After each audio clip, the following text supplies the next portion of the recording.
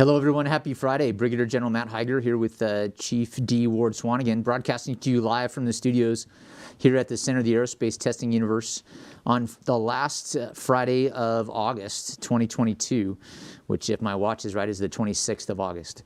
As always, I'm glad to be here. I'm honored to serve with this fine chief here, and we got a lot to talk about today over the next hour. We'll try and keep it right at an hour. Hopefully you've tuned in a little bit early and you've seen some of the ads that have been running there in advance. I'd like to say we're starting to get sponsorship and this is advertisement, and Chief and I are working on our offshore accounts, but that's not the case. So it's all still free. Can you guys call up those ads that we're running real fast, and we'll put a couple words right behind them. The first one I think in the queue was the FCC providers. That's family child care providers, if you can pull that chart up, teammates. Right now, our biggest limitation for child care of children that are not TK, so think 4/5-year-old, that are not TK old enough to get into the CDC, and they're old enough, they've graduated from the CDC, but they're not old enough to get into the TK, are for kids that are in the 8, 10, 12 week range up to 4 years. And the limitation is providers. So if you are interested in working for the FSS as a federal employee in the Child Development Center, they would love to have you. Absolutely love to have you. There's always open slots available there. If you like kids, that is a great place to get your foot in the door there. You can do literally a career working in the Child Development Centers, and it's going to be transportable if you happen to be a trailing military spouse. In addition to that, if you don't want to work outside your home but are interested in doing child care, that's where the Family Child Care Program comes into play, and that's the ad. So if you can call it up again, please. That's the ad. We had to shut these down early in the pandemic for nobody having a bubble outside their family, but it is around. It's available to be a provider. There's the steps. You can snap that on your phone. You can go to the CDC. You can get all the FSS, and they are very interested in that. We are also, Chief and I are also working with the state of California to work on the potential, and this is not a fast kill, the potential to have, if you were licensed as an FCC provider, then you don't also have to be licensed as a child care provider by the state of California. That is not yet fact, but I think we're gonna deliver that sometime in the next year. So that's one that we're happy to advertise, and that would be a big benefit. Soon to be Major Liz Moyer, the commander of the Force Support Squadron, she pins on next Wednesday, I think, is her pin-on ceremony. Her phrase, because she uses some of mine, her phrase is, Takata 2 runs on childcare. And I don't know, Chief, I think that's a pretty solid phrase. And her assertion is, if the CDCs are shut down and there's no FCCs, then mission pretty much grinds to a halt here. There'd be still a few things going on, but it would be really, really, really challenging, and that's why that is such a critically important thing. So thanks if you're interested, and look forward to seeing you in the CDC. We're hearing about the goodness that you're providing for families in your home as an FCC. The next one, also from FSS, is they're looking for airshow volunteers. In addition to the 412th FSS needing hundreds of volunteers for the Aerospace Valley Open House and Air Show, we also have on the order of 2,000 volunteers needed as well. We'll take volunteers from a lot of places, and it doesn't just have to be sourced from of the base population. So if you are interested in being a volunteer during the air show, you can hit that QR code to talk to FSS and see what those options are. And next time we have this broadcast, which will be in 2 weeks, we'll have this ad back up, and we'll have another one that is a volunteer if you want to volunteer for the other things that we'll need at the open house and the air show. So thanks in advance for considering that, and we need like a countdown clock. Yes. Tracking the air show, which gets me to the next thing that you saw there was the air show ad. So if you can go to that now. It is the 14th through the 16th. That's Friday, Saturday, Sunday. Open to the public. First time since 2009, open to the public on Saturday and Sunday. We think the limitation is likely going to be how many people can we get into the base, and that will naturally limit the number of cars, and that will somewhat limit the number of people. But I'm expecting 5 digits, so 10,000 plus Saturday and Sunday. It's a full day's lineup, both Saturday and Sunday, the 15th and the 16th. and I'm super fired up about it. On the 14th, it'll be DoD ID cardholders only. We're going to have the 75th anniversary of supersonic flight ceremony in the morning. We'll end that ceremony with a ba-boom. And then that'll officially kick off the air show. The first part of the air show, Friday afternoon, will be a STEM expo for a bunch of kids that'll be bussed in to the tune of thousands of kids. And then obviously anyone that has the ability to be on base on their own can be here on Friday as well. It will not be a full air show lineup on Friday, but there'll be like a practice day for the Thunderbirds and a couple other things going on. So still plenty happening on Friday. So I'm excited. If you need something out of the 412 test wing between now and about the 20th of October, that's what you're up against from a schedule perspective, the air show on the 14th, 15th, and 16th of October. All right, with that as what was running in the foreground, as a reminder, folks, text in your questions, your comments, your critiques, your concerns to 707-412-8922. That's the number there on the bottom of the screen. We have a couple that rang in before the broadcast today.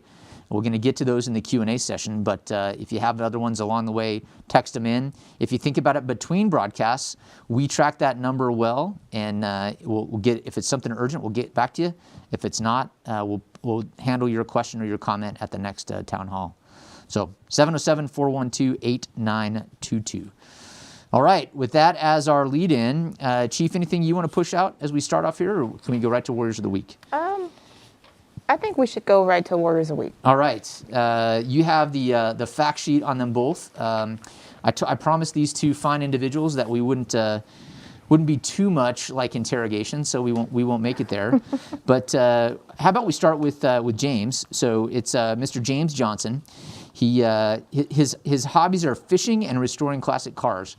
And we could probably talk the rest of the hour on just fishing, brother. Because I are also a fisherman that don't get to do it enough.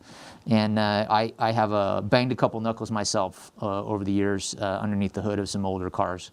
So you're here as an example. So if we could kick over and look at the fine gentleman, much better looking than us. There we go. James, thanks for being here.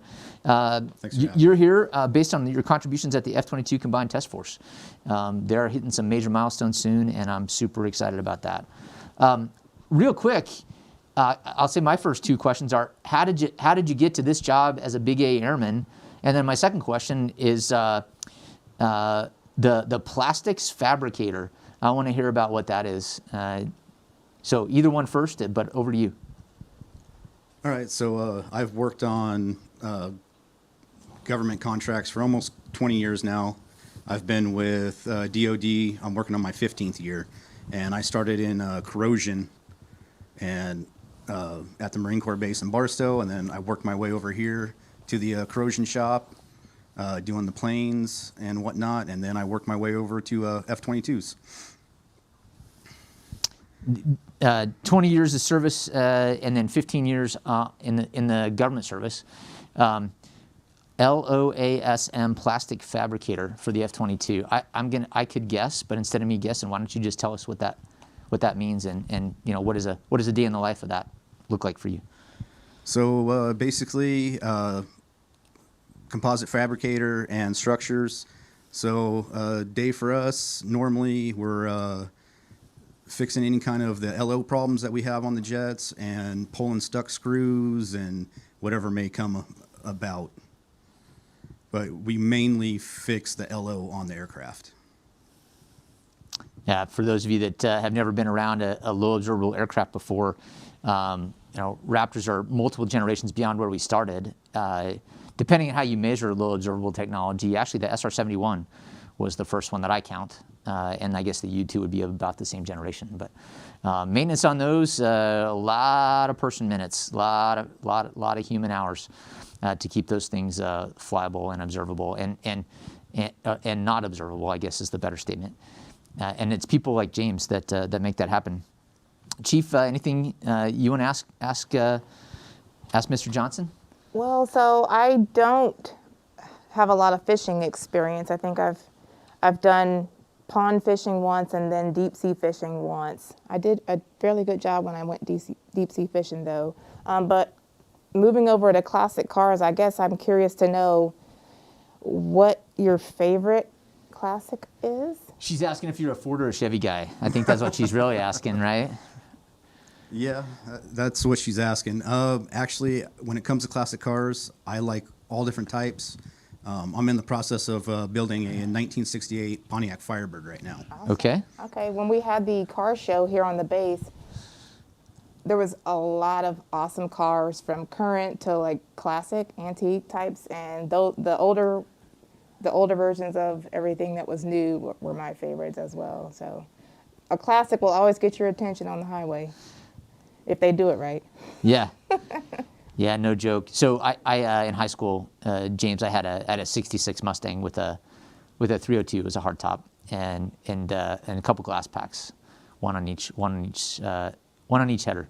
So that's about when it stopped for classic cars for me, for a bunch of other reasons. But it was neat to get to work on something that was so simple, and that's one of the things I miss about working on cars of that genre. You got a favorite? If someone were to say pick the litter, no cost, what would it be?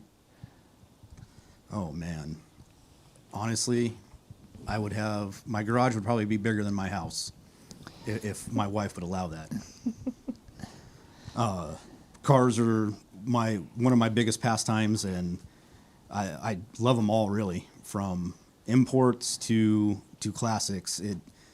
I'm kind of involved in all of them if I can be. Nice. That's a nice dodge, and I appreciate the political answer, not picking one car out over the other. You love them all, is what I heard you say. Yep.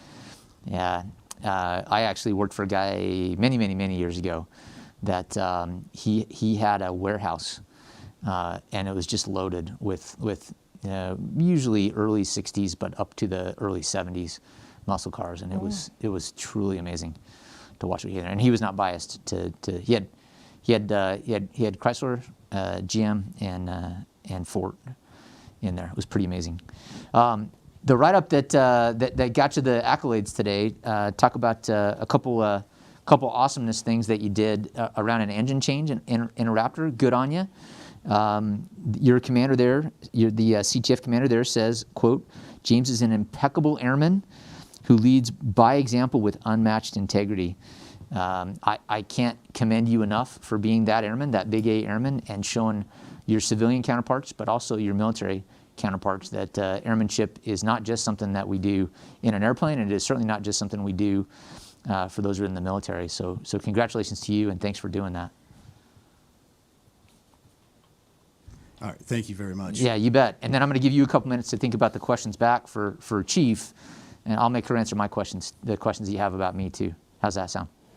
All right. All right, sounds good. All right, seated to James' right is Hakeem, Johnny Hakeem, goes by Hakeem.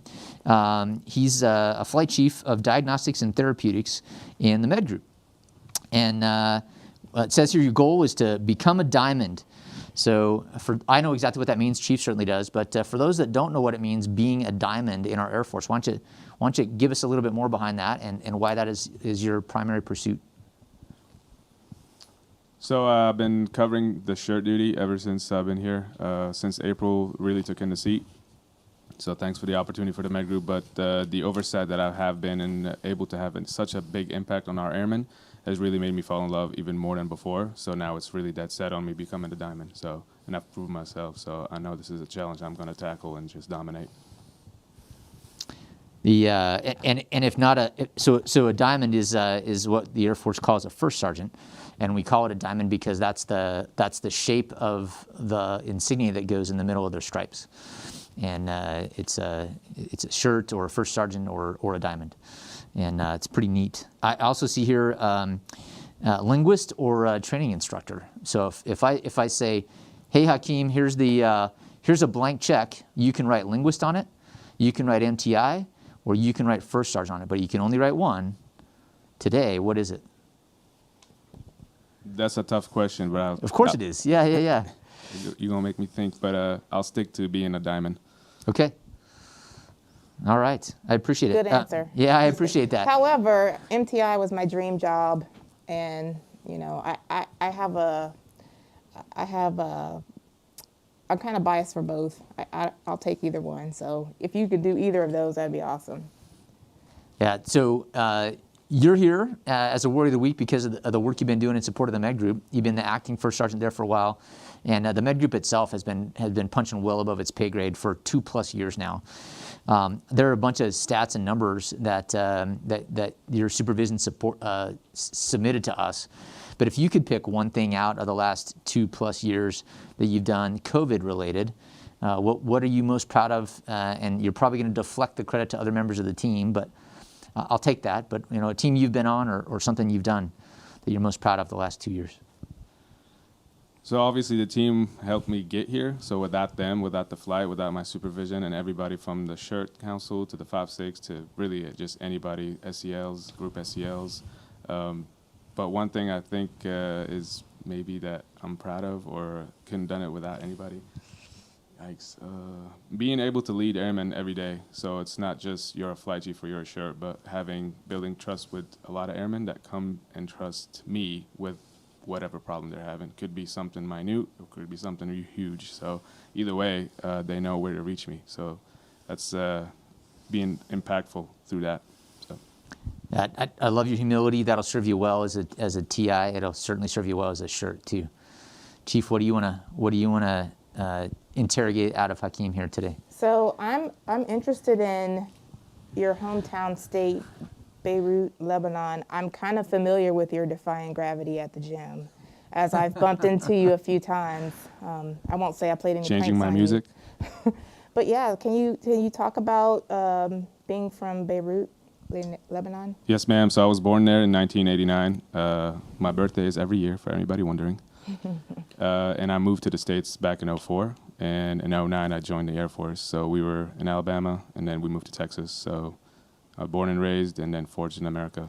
So that's how you became a Cowboys fan. Good job. Okay.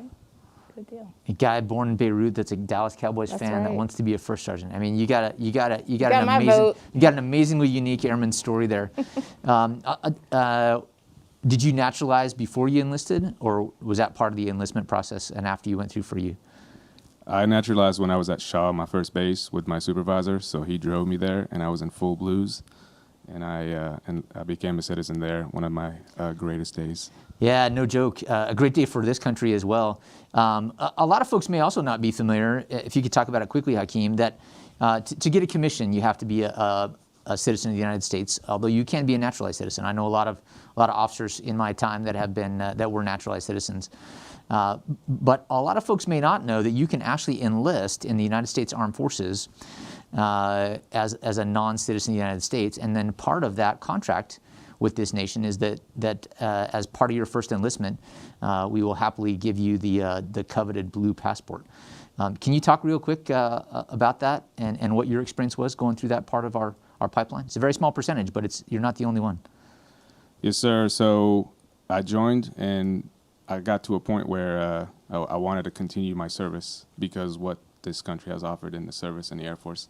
And the question was, are you ready to relinquish your citizenship as being a Lebanese citizen? And with that question, and even thinking about it, I said yes. And the next day we started paperwork while I was doing still CDC training. So that was happening simultaneously, and it was no questions, no brainer for me. Yeah, that's pretty cool. It is really neat to do first term airman's course, FTAC, as folks assess into our military and you meet the crowd there. I don't know, it's usually one out of every couple of years that show up in FTAC. At the bigger bases, it's one, maybe two per class of folks that are passionate enough about America and being an American that they want to serve and prove to our country that how much the country means to them and start to pay back to their new home and their new home country. Yes, sir. I've seen at least 3 packages in my 15 months that come up. Absolutely. So. Yeah, they're amazing people with tremendous airman stories and tremendous life stories. So Hakeem, I'll let you go second, but back to James. So James, what question do you have for me or for Chief? Remember, if it's a hard one, I'm going to let Chief answer. Well, I'll just hit you both with what you hit me with. Your guys' favorite car, if you could have any. Oh, man. Production, classic, antique, muscle. That's like. Yeah, do we have, I mean. That's like asking me what my favorite airplane is. You got any way at least to narrow that 5. down? Yeah. if I could get a car right now, that's like, Volvo. well, that's not a Volvo. I would, and if it was any car that I could choose, I like an SUV, something. If I wanted to mix like SUV and a little bit of muscle, I've seen some pretty souped up G wagons out there. I could sport that. I would not have guessed that, Chief. Is that a good enough answer for you, James? Yeah, that works for me. Yeah, a souped up G wagon. That's not unimpressive. You got to Chief. hear it. Yeah. So I'll tell you, James, you're talking to a guy that at one point, before I could drive, I had, and I paid for the subscriptions, but I had a subscription to Road and Track, Car and Driver, Auto Week, and Motor Trend. So there were 4 magazines. One of them read weekly, the other 3 were monthly. And I just consumed those things front to back in the mid-1980s. And so I was very passionate at that time about cars. One of the ones that I looked back then that I thought was pretty darn awesome and that I still think is pretty impressive, and I'm interested to see what the next generation of it looks like, is the Acura Nsx. Pretty classic car. They only made it once in its gas-powered form.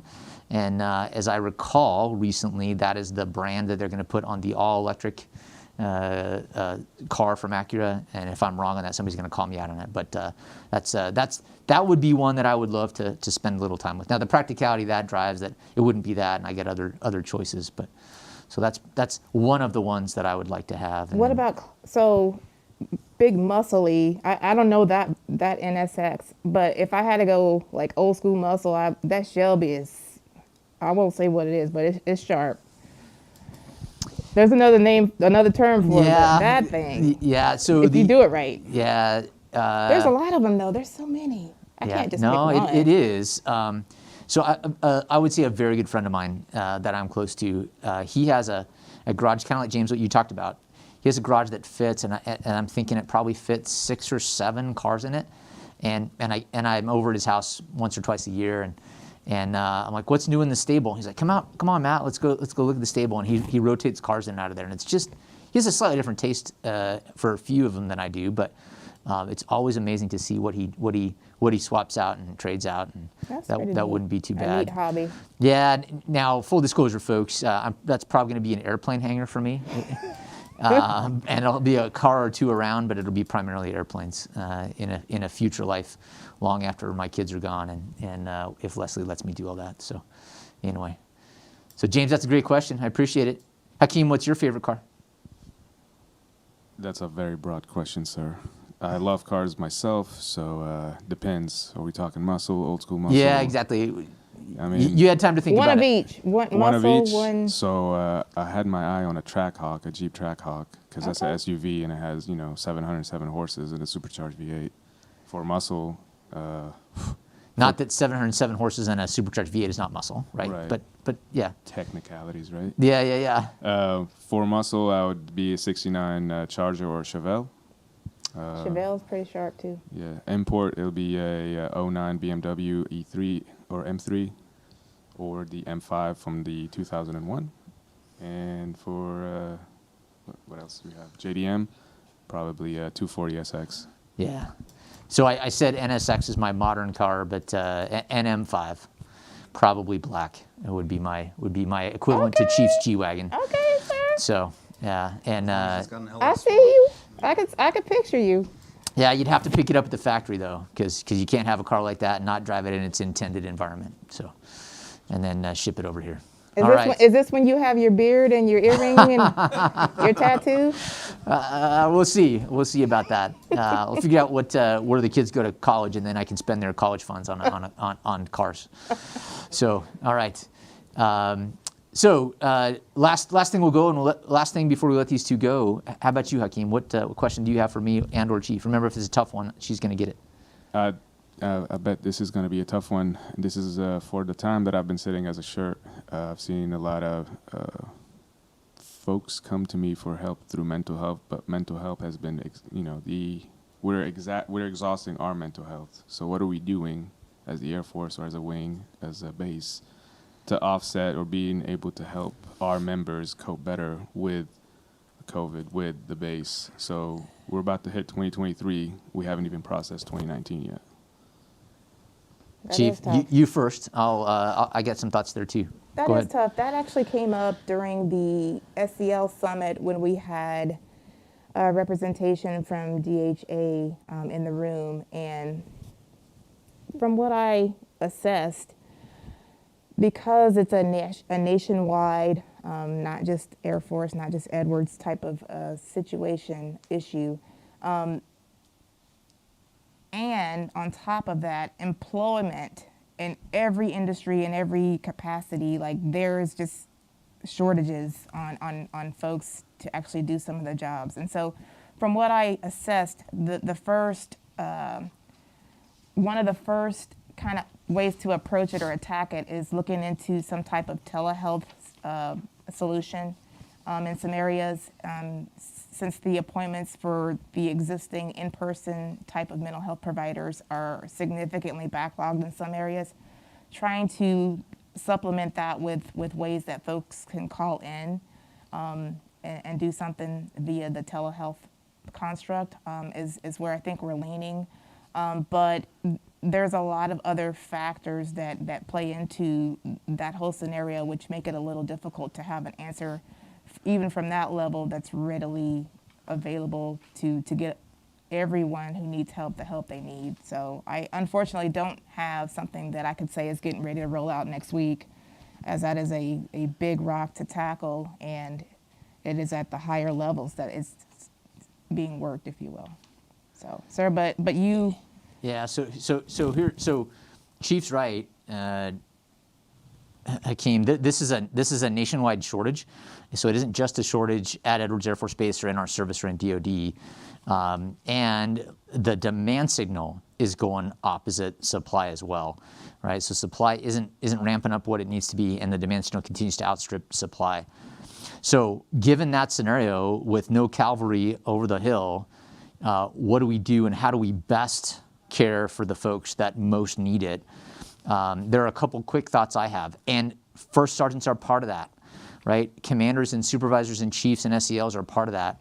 If you see someone that's struggling psychologically, and it's not just you, Hakeem, or Dee or me, right? But if you, the collective you, if you see someone that's struggling and you can lend them an ear, and therefore it doesn't get worse for them, and then they end up needing counseling or needing mental health services, you just help that person, you help their family, you help the unit, but you also helped save room for somebody else that can't be helped at the wingman level or the shirt level or the commander or the SEL level as well. And so as wingmen, we have a big role to play as family members, as coworkers, as just big A airmen. We have a big role to play in making sure that we prioritize who needs it most gets the resources that are available. It would be no different than any other type of medical care. You know, if there's one operating room available, are you going to give it to the person that needs elective surgery or the person that needs a quadruple bypass surgery to save their life tomorrow? And I think a lot of people don't equate the two as much.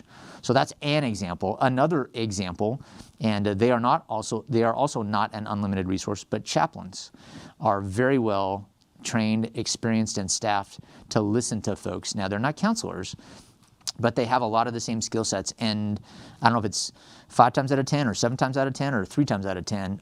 All that the person needs is just a place to talk, a safe space to talk it out, to hear their thoughts out loud. And then that is a big part of the healing process itself. And so those are two real opportunities that we have inside our units. But they're going to rely on people having time to go to talk, and also on trusting the person or the organization that they're talking to. And so those are my 2 thoughts locally. Along those lines, you know what I'm about to say here, Chief? I'm about to say Thursdays at 1500 at Chapel 1, we have a Heart Talks session. It is not group counseling or group therapy per se, but if there is something that you or someone that you work with just needs to get off their chest and get out in the open and would like installation senior leadership awareness of, that is a great place to go. The things that have been brought to my attention, to Chief's attention in that forum, are things that probably never would have surfaced any other way. There's always an equal opportunity specialist there if you want to talk about something in those lanes. There's always a chaplain there, so if you want to have a confidential, actually confidential conversation, you can have that conversation there, and there's always at least one member of installation senior leadership. It's a non-attributable forum. Like I said, it's not group counseling or group therapy, but it is a great place if you just want to get something off our chests or have some dialogue, some candid dialogue with senior leadership. It's always there available. 1500 Chapel 1, every duty day Thursday. And then my last thought on this topic, and IR one, right? Military One Source is a fantastic resource that you can call for what are known as subclinical counseling issues or sessions. And so call Military One Source. The person that answers is a trained counselor. Now they're a triage counselor, but they're a trained counselor, and they refer or send you to someone in the local area that can happily talk to you. And I'm a client. Right? I find that those can be very helpful and very worthwhile resources as well. And they do not place a demand on our mental health and our military medical system. However, they can refer to that if they think you need a higher level of medical or mental care. So those are my thoughts on that. Anything you want to add or that you want to reattack on there, Hakeem? I appreciate the answer, but this is good too because I want everybody to know that even at the higher levels, we're still needing of someone to talk to. And the availability of everything else that you spoke of. Yeah, I would say senior leadership is extremely aware of this, and we are fighting it on all fronts, but there's no magic solution. And then the last phrase I have in there, and I've heard this from a 4-star, former vice chairman of the Joint Chiefs of Staff, this is his quote: "It's okay to admit you're not okay." Right? And if he can say it, we can all do it. And I'm here to say that as well. It is okay to admit you're not okay. And it's okay to admit that to a buddy, to a wingman, to a supervisor, to a shirt, to a commander, or to someone at Military One Source or at Mental Health. And they're here to help too. I think it's a great thing that you kind of brought up some proactive approaches as opposed to being reactive after we were hit a wall, if you will. Totally right. All right. James, I'm glad you're on the team. It was great to meet you. Thanks for doing what you've done for 2 decades. We're glad to have you and Airman dressed in your uniform on the team. Hakeem, I wish you all the success in the world getting the actual diamond. If recent history has been an indicator, you're going to be an awesome shirt. And I look forward to seeing you flourish there. Thanks, gents. Have a great weekend. Thank you for having us. Thank you. Yeah, you bet. All right. While we're swapping out there, I want to advertise not advertise, but I want to talk about 2 other little things. So we'll talk about I'll say the more important one first. I don't want to say more somber because it certainly isn't somber. It's actually pretty liberating, pretty exciting. But 102 years ago today, August 26th, the 19th Amendment was ratified. And if my math is off on the day, then I apologize to the historians in the crowd. But the concept of the 19th Amendment was equal equality for women, and it was the women's right to vote. So women's suffrage in 1920 on August 26th. The Commander-in-Chief has a proclamation out today. I'm not gonna read it all, but I encourage you to think about what life would have been like 105 years ago for your chief, right? Or for your daughter, or for your spouse, or for your mom. I mean, it says "we the people" in the Constitution in 1787 and 1776, and we didn't get half of "we the people" the right to vote until 2 centuries later. So testament of a couple things. Our founders knew that we had a lot of growth to do, and we realized the growth. Testament to the fact that sometimes it takes a very long time, and also testament to the fact that while the Constitution wasn't perfect, it was amendable and for very good reasons. And so that is the thing that we celebrate today on Women's Equality Day, which is August 26th. One of the things that I do, and you will never hear me say the phrase "founding fathers." Yes, there were a lot of dudes there, and I guess you would consider them fathers of our nation, but you will never hear me use the gender word father. I will say the founders, because I am convinced, with no shadow of a doubt, having read a little bit of what she wrote, that Abigail Adams, John Adams' better half, much better half, by the way, was probably the intellectual and the leadership superior in her marriage. And the fact that she doesn't get credit as a founder, I think, is not good. And I'm sure that Abigail Adams was not the only person of her gender in the late 18th century, the 1750s to 1790s, that was weighing in pretty heavy with the folks that actually are in the pictures and the paintings and signed a few documents. So that's the one I go back to and I think about a lot. And I think it's sad that she never had a chance to vote in her country, that she gave so much to. But I'm glad we corrected that. And it's a good example that I think about on a day like today of the progress that our nation has made, and show me another nation that's made that much progress. I think we're at 240 and counting, depending on where you start that. So, Women's Equality Day. Chief, I've never not considered you my equal, and gender has nothing to do with that. So, any thoughts on that, on the other side of the XYXX split here? I think the thing that sticks out the most to me in the President's proclamation is something that someone like me would obviously clue in on, or zoom in on rather. And the point is, with the ratification of the 19th Amendment, millions of women across the country were finally able to make their voices heard in elections, but many women of color who helped to lead the universal suffrage movement were effectively denied those rights until 45 years later. So, you know, I talk about how I feel very safe and secure, most safe and secure serving as a woman and as a black person and as a black woman in the military, in the United States Air Force.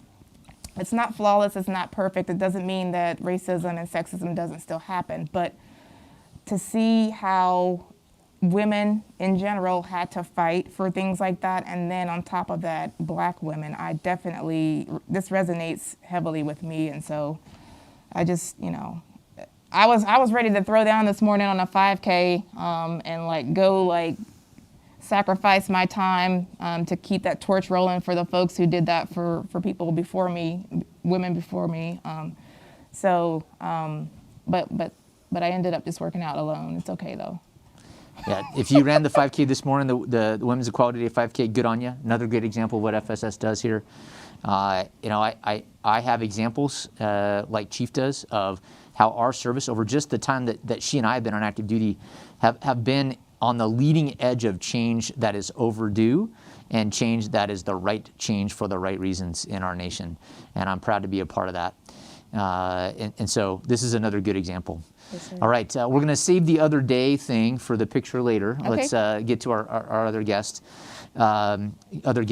So if you don't know about it, September 17th is an important day in Air Force history. So if you flash over to our next two guests, what might September 17th be in Air Force history? Hey, sir. This is Lieutenant Jong. I'm glad you asked. September 16th is going to be our Air Force Ball. Hey, I'm Senior Edwards, 412 OSS, from one of the greatest groups to be, Team OG. Right. But no, as he was saying, we came out to highlight the Air Force Ball, which is coming up September 16th. Doors will open at 1700. We have the spouses and our team that we got together doing a lot of decorations. There are going to be some antique aircraft, some of the newer next-gen aircraft. There are going to be a couple of photo booths and stuff out for everybody to come see, and see the history of Edwards Air Force Base. Ceremony will start at 1800 in hangar 1600 on the flight line. And these are the two project officers that are doing that for us on the base. Now, we don't always have to have the Air Force Ball, the Air Force Birthday Bash, if you will, on the day of the Air Force birthday. But the 16th is pretty close. It is a Friday. You can see that we're doing reduced cost tickets for those that are of lower ranks. A couple things that Chief and I have been asked and already approved. I think we approved below a certain rank, you can wear appropriate attire, but not necessarily required to be in a military uniform. So that was a request to try and encourage more folks that are maybe not quite as long in the tooth as I am and don't have as much time in service as Chief does to show up at the Air Force Ball. So you want to talk about that real fast, guys? Yes, sir. So we're super excited to announce that all airmen E1 through E4 are actually going to be able to attend the event for free. We've been graciously supported, and that's from the help of all kinds of folks, Big A Airmen chipping in, and E1 through E4 again are going to be able to attend the event for free. We do ask that they still RSVP. We do want an accurate attendance count for the event. And then their guests will still be charged a $10 ticket price if they're not at E1 or E4. But that's a super big announcement. I haven't seen that in the couple years that I've been here at Edwards, and that's really big news for us. And again, like you mentioned, we were able to relax a little bit of the dress code standards for the airmen as well. Which is Thank awesome, you. because they That may was- not have had an opportunity to purchase that party shirt yet, like many of us, who, like you said, may be longing to do. One party shirt? Well, Or you know, two or three. depending. Yeah. So yeah, if you're an airman, E1 to E4, not only is it no cost to you to attend, but you don't have to have semi-formal or mess dress to attend either. And I look forward to seeing a bunch of airmen there at the Air Force Ball on the 16th. Yeah, some sock hop theme. That should be interesting. Yeah, should be good stuff. Their RSVPs are highly encouraged. If you just show up at the door and say, I want in, there may not be room for you at the table, and we may not have ordered enough. And I'm anticipating that we're going to have a capacity limit that we hit. What those capacity limits are in the hundreds, plenty. But don't assume that there's spaces and seats available. So make your reservations quickly. Go back to the advertisement there for me, PA team. You'll see 2 QR codes there at the bottom, the one on the left. You should be able to hit right now and RSVP. And I guess if you're an E134, you could hit the right one as well and just pay now too, which would be $0. But you'll see this up around the installation, and it won't be the last time you hear from these folks. But Friday, September 16th. Teammates, anything? Air Force Ball teammates, anything else you wanna highlight for that big event? Just wanted to go along the lines of what you previously mentioned, sir. Everybody who does RSVP, we ask that they include their email so that they will get an email the week before the event to make sure they have the most current COVID protocols, event details, etc. We want to make sure people are informed, but again, that's still a couple weeks away, so they will get an email finalizing all those protocols. Senior, anything else? No, sir. Thank you. Yeah, look forward to seeing you two there in your finest, and thanks for volunteering to be the leads for this Air Force Ball. I appreciate that. Another thing that happens within a day of the Air Force birthday is the anniversary of the signing of the Constitution as well, and I think that's a neat alignment to have those two right back to back, the Air Force and the Constitution, one day apart. Pretty good stuff. All right, teammates, thanks.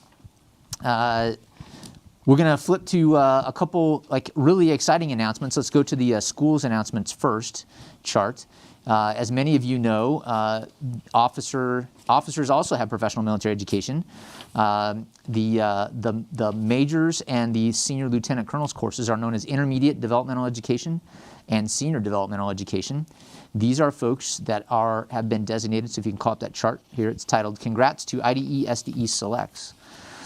These are the folks that at Edwards have been designated to go to that school full-time in residence. The IDE list is on the left of the chart when they call it up, and then it's on the bottom right for senior developmental education. Obviously a smaller list for the senior course than the intermediate course, but no less prestigious. And then kind of unique to Edwards, maybe not unique across the Air Force, but we get a heavy dose of what's called deliberate development. And you're eligible to ask for deliberate development if you attend a deliberate development eligible course and you're in the window for either IDE or SDE, and you say, hey, I'd like credit for SDE by doing my PhD in electrophysics and political science both.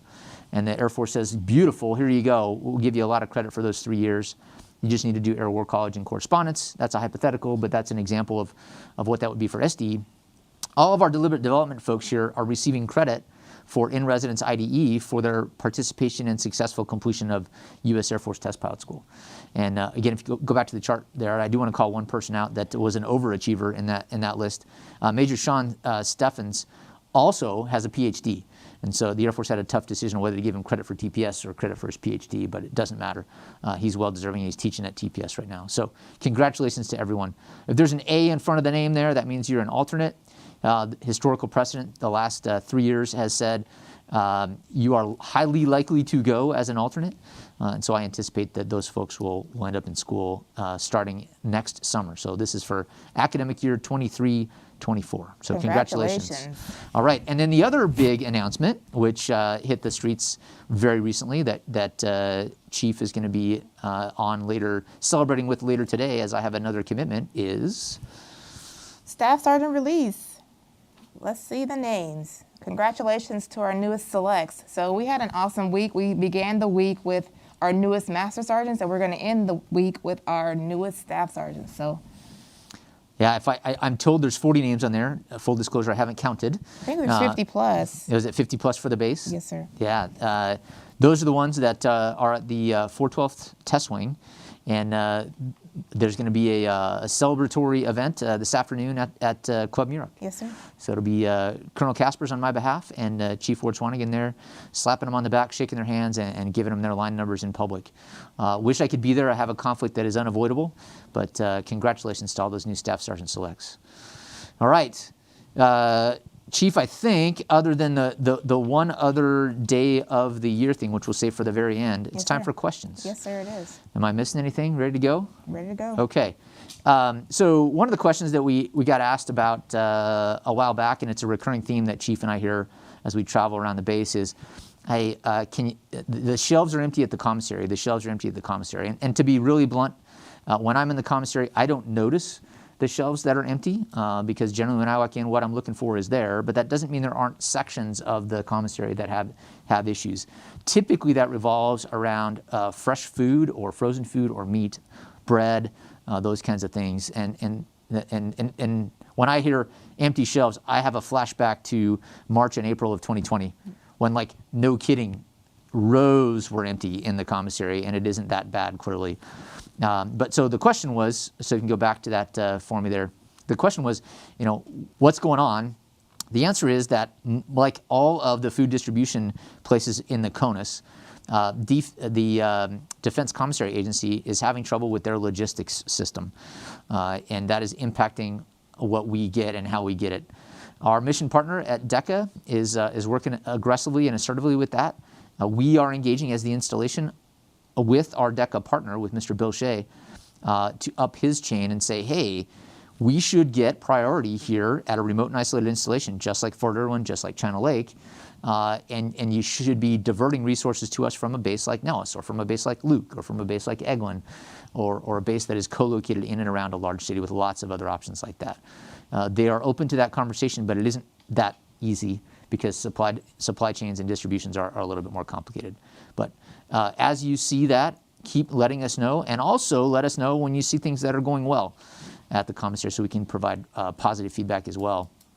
Our willingness to show that would be my triple down to AFES right now on matching gas prices to the gas war that's going on in Boron. We have for more than a month now had lower gas prices on base at your AFES Express than what you can buy gas at Costco or Sam's Club downtown. And that's because they're matching prices at the Loves and the Flying J that are in a price war, what it looks like to me, in Boron. So good on AFES for doing that, and I'm glad that we can brag on that capability there that we're having. So, all right, the next question, Chief, I'll let you handle this one. Contractors at the DFAC, contractors only authorized, well, I guess the question is, are contractors going to be allowed at the DFAC, or can contractors eat at the DFAC? And the answer is, contractors are only authorized to utilize the DFAC in overseas contingency locations per AFI.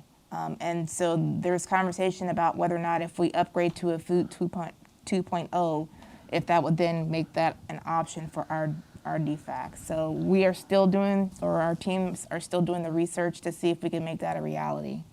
So still currently no contractors, but there is some work being done to see if we can make that change.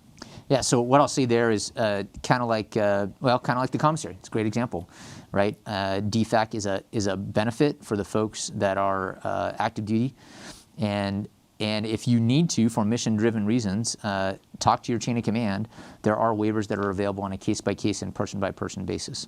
I will tell you that our local DFAC folks they want to have the foot traffic, but because it is a subsidized because it's subsidized and because they have restrictions around them, it isn't quite that simple that they just hang out the shingle and say, Right. come one, come all. But if you specifically, the person that asked the question, if you specifically think you have a mission impact or a mission reason why you need to eat at that DFAC, then there's probably a very open audience to that request, and we can work yours on a case-by-case basis. The same would go for retirees and civilians that also have access, but they'll pay the slight surcharge there as well. So I hope that answers your question. The person that wrote it in, those are that's one of the questions that we got early. The second question is contractors in the fitness center. So one of the reasons that we have to limit access to, so may contractors use the fitness center? Well, if you're a contractor and you're a retiree, or you're a contractor and you're a dependent, then you use your retiree benefit, or you use your dependent benefit. But if you are just a contractor and you work here, then that's a reason why we have to. The reason why we have to restrict access there is it's not sized for the entire base population. We are currently, however, in the design phase to increase the gym to what it ought to be to support the entire base population. And if you have a question or you think you need to be in there, again, for the job that you do and or the work hours that your job requires you to do, there are going to be case-by-case and in-person available things there. Work with your, I'll call it your chain of command, but it would be really the organization that you support as a contractor, and then let the two of you can then engage with FSS and see if there are any options or choices available for you there. But I appreciate that. It really has to do with the active duty airmen get first dibs at the gym, period, because they have to be fit to fight, to deploy today, to fight tonight. That's right. And as you saw earlier in the pandemic when we had to throttle back access, they were the ones that got to keep it. So those were two that rung in before we start the broadcast. Thanks for ringing them in early. You can ring them in between the broadcasts. Sergeant Morris, anything else during the broadcast that has shown up?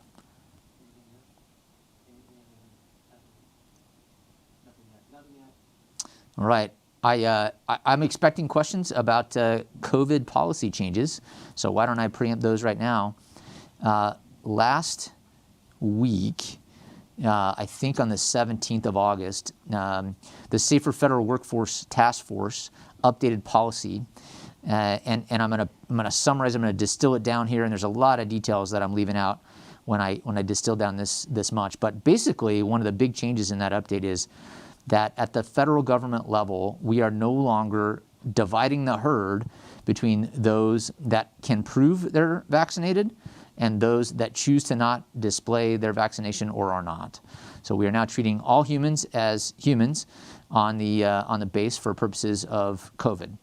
Obviously, if you are sick, don't show up. Don't go out in public. If you know you have COVID, even if you don't feel sick, then do the right thing and isolate yourself and get the appropriate medical care. And if it needs to escalate or elevate, please don't hesitate to do so. A lot of therapeutics that can minimize your risk of major hospitalization or death, no matter what your vaccination status is. But we're no longer segregating the crowd or separating the herd or whatever your analogy is, based on your willingness to prove your vaccination status or your inability or unwillingness to prove that vaccination status. What's affected? You no longer have to fill out I've been tested in the previous 72 hours. You no longer have a weekly testing requirement for anyone. And there's a couple other things. Now, that all went out in an installation command directive recently. And so as you have detailed questions, contact your unit command center, contact your unit commander or director. And if they can't get you the questions quickly, then have them ask up to the commander's action group and the crisis action team for your specific question and your specific case. I want to foot stomp real quick one thing that we are also pausing right now, but it is not because I've been told to stop it. It's that I'm choosing to stop it, and that is the 5 to maybe up towards 10% sampling of all active duty members for COVID screening. So we, in addition to screening those that we used to require to test because they couldn't prove they were vaccinated, we've also been testing active duty folks in a random draw. That was to give us information as installation on what are the numbers looking like for positive rates on the installation, and we got a miserable number of asymptomatic COVID positive tests out of those screenings. So there's a lot of value to me and a lot of value to those units for those that got randomly screened for testing. So those are separate. They were done at the same location. But now that we are no longer testing unvaccinated or not proof of vaccination folks, we're going to put everything in mothballs for a little while and then figure out when the COVID environment is trending in a way that we want to start getting more granular data again. That will, if we go to Alpha, I will not do that at Alpha. But if we stay in Bravo for a while, or it looks like we're teetering on the brink at Charlie, expect me to reinstitute some type of random vaccinations, just so that we have granular data here at Edwards, because we are not LA County, we are not San Bernardino County, and we are not Kern County. We are Edwards, and we're not our own county, but I'd like that information. It'll help us make some really high fidelity informed decisions. But no more screening testing required. One, because we're no longer separating the herd, vaccination or not, and because I'm no longer doing random sampling of the population, although I anticipate the random sampling of the population will come back as the surge comes back. And I'm also planning and asking under what conditions may I expand the population that is randomly sampled for their COVID screening. We'll also move the location of the screening testing out of the base theater so we can start using it for base theater-like things like, I don't know, movies? First round. Yeah, first run movies or commander's calls or enlisted calls or things like that. And we'll move it most likely to the Oasis Community Center when it does reconstitute. So that was probably the biggest policy change that hit the street. No real updates on anything else. If you have questions, please ask them. So, all right, Chief, I don't have an answer to that, but you're welcome to read the question, and then we can phone a friend to CE. Sure. Why are sprinklers at the park on Rosamond Boulevard and North Muroc ID'd as Edwards Air Force Base War Memorial Lot? It deserves to have peace and dignity of a memorial. To serve, protect, preserve, honor, and remember our nation's fallen. I'm not really sure if I read that correctly. Yes, but I'm not sure what the question there is either. I read what I saw. So what I'm taking out of that question, so the person that asked it, please clarify. Are we and frankly, I can't even place, so Rosamond Boulevard and North Muroc, I can picture that park, but I guess your question is, why are we not using sprinklers there? Or why is the grass not what you think it ought to be? And I agree with you. That ought to be a place. That ought to be a place that preserves, honors, and remembers our nation's fallen. I agree with you on that. A place of peace and dignity. And if it is if it's not what you think it ought to be, then thanks for bringing it to our attention. We'll hand that off to CE and see what we can do there. I hope that hits the intent of your input / your question, and I appreciate you bringing that up to our attention. I will say that there are a lot of pieces of green on Edwards Air Force Base today, or that have grass, whether they're green or not, are in the not too distant future going to be converted to things that don't require water anymore. Whether this park is in that crowd or not, I think that's to be determined. But there are a lot of places. I'm thinking about, for example, there's a large stretch on Fitzgerald that is just to the east of the Child Development Center, where there's a lot of grass there that doesn't have a lot of value, and that's an easy place to convert to rocks, and we can save the water there, so that we are more we're better stewards of the water that we're piping in from Northern California and pumping out of our aquifer below us. So I think that gets to the next iteration of the question. It was saying that every morning when they drive by this park, the sprinklers are running, and say, with California being in a drought, maybe we should cut that back. So if we do the zero-scaping that you're referring to, Yes. it will be no water. Yeah, and so Or very minimal. Yeah, so there's a couple. So the question here is, the questioner or the input says, hey, when I drive by the park every morning, the sprinklers are going. I thought we were in a severe drought. Do we cut it back? So there are watering restrictions in municipal locations that are effectively driving people out of the grass business. And so if you just water grass twice a week in the middle of the summer here, you don't have grass.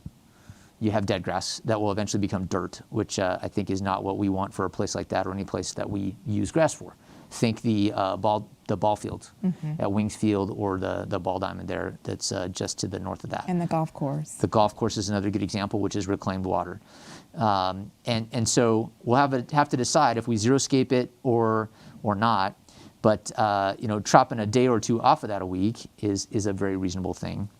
And then tweaking it so that we have it appropriate is great. So that's, I appreciate that input. CE's watching, they monitor all these. They'll double check that we're not overwatering it. But there are certain things that we are going to water above what the recommendations are, and we are not required to meet that from Southern California. We are, however, good stewards, and I guarantee you that for anything that we water a little bit more than that recommendation, we are watering a lot less to make sure that our net water use continues to go down. Those of us that live and work on the base have an opportunity to do that as well in how much water we consume inside the buildings also. So I appreciate that input, and thanks. So there's a response from CE, and the CES maintains a lot, and thanks for your input. So they'll check into it, and that'll be a good news story you can report back at the next town hall there, Chief. Yes, sir. All right, folks, we are right at time. I told you there were 2 big days today. The one that we've already talked about, Women's Equality Day, is by far the more significant, and it was long overdue getting the 19th Amendment and then actual women's equality in our nation. But that's worth talking about. But the other big day is, Chief? National Dogs Day. It is National Dog Day. And so Chief and I are dog parents, not of the same little pups, but there are some snaps of our fur babies, as they have been referred to. So I'm happy to talk about my Aussies. I'll let you talk about your dog, the dogs that I look at, and I'll let you talk about your dogs that my dogs look at and think, ooh, sheep. So that was a picture of Kingston and Marley. They want to look at puppies, not us. Go back to Kingston is there you go. 4 years old in September, and Marley just turned 2.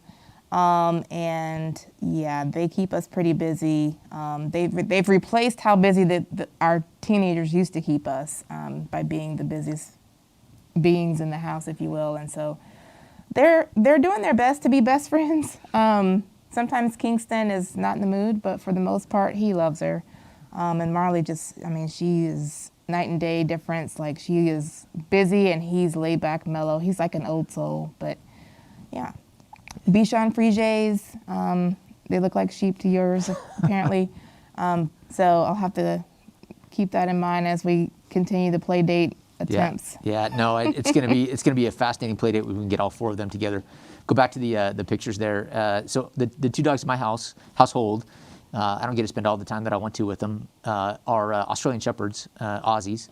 The history on the name Aussie is actually, it's an American breed, and somebody named it Aussie, and I don't know a whole lot more than that. I'm sure my family will correct me to 100% on that. But so the bigger of the 2 there, her name is Sky. She's about 15, I guess 16 months old now. And the little one, the little fur ball, as we call him. So actually, we call him Big Dog and Little Dog in our house right now, if you've ever seen that cartoon book. The little dog is Sassy, and I will tell you, folks, just like your kids, be careful what you name your dogs, because they might grow into their name. She's about 12 weeks old now, born in late May of this year, and she's probably just tipped the 10, 12-pound mark. She lets her big roommate know, hey, you can't do that to me a lot. And Aussies love to chase. In fact, the favorite thing that an Aussie likes to do is get you to chase them. Oh, wow. Many dogs like that. But that's only topped by one game, and that is them chasing you or them chasing something else. And so it is that I am so looking forward to getting on video when we put those 4 dogs together for the first time. Sure. And watch all the running and chasing that goes on. And I don't know if they can catch Marley. She's really a rabbit. Like, yeah, I look forward to that. I watched Sky try and chase Sassy in and around. It's also very, very fascinating. They might get Kingston, pretty but every once in a while he'll have a burst. Yeah, the interesting thing that I've noticed about the Aussies is once the chase is over, they're like, well, this is no fun. Start running again. Let's do it. So, National Dog Day. If you were a dog parent, I don't like the word owner, but if you happen to call yourself a dog owner and like those furry friends, good on you. They've been some great things for me throughout my whole life, and I'm glad to have them in our pack again. So thanks for the pictures, for everybody that put that together, Chief. Thanks for that was awesome. sharing the Bichons and a little bit about your fur babies here today. All right, teammates, we are at time. This is, as we're broadcasting live, Friday the 26th of August, 2022. This is available for replay, and it is also the time slot, 1300 Pacific, every duty Friday. There'll be at least one person, typically two of us, here talking about what is important to get to you and give you a chance to get information to us or ask us questions. Now, that time slot is every duty Friday. So the question then becomes, what do you do on family days? And the answer is, we're treating that as a non-duty day for broadcast. So next Friday, which is the Friday of the 4-day weekend before Labor Day, we will not have a broadcast. And that is the 2nd of September. So our next broadcast will be on the 9th of September. And we'll see you in 2 weeks from today.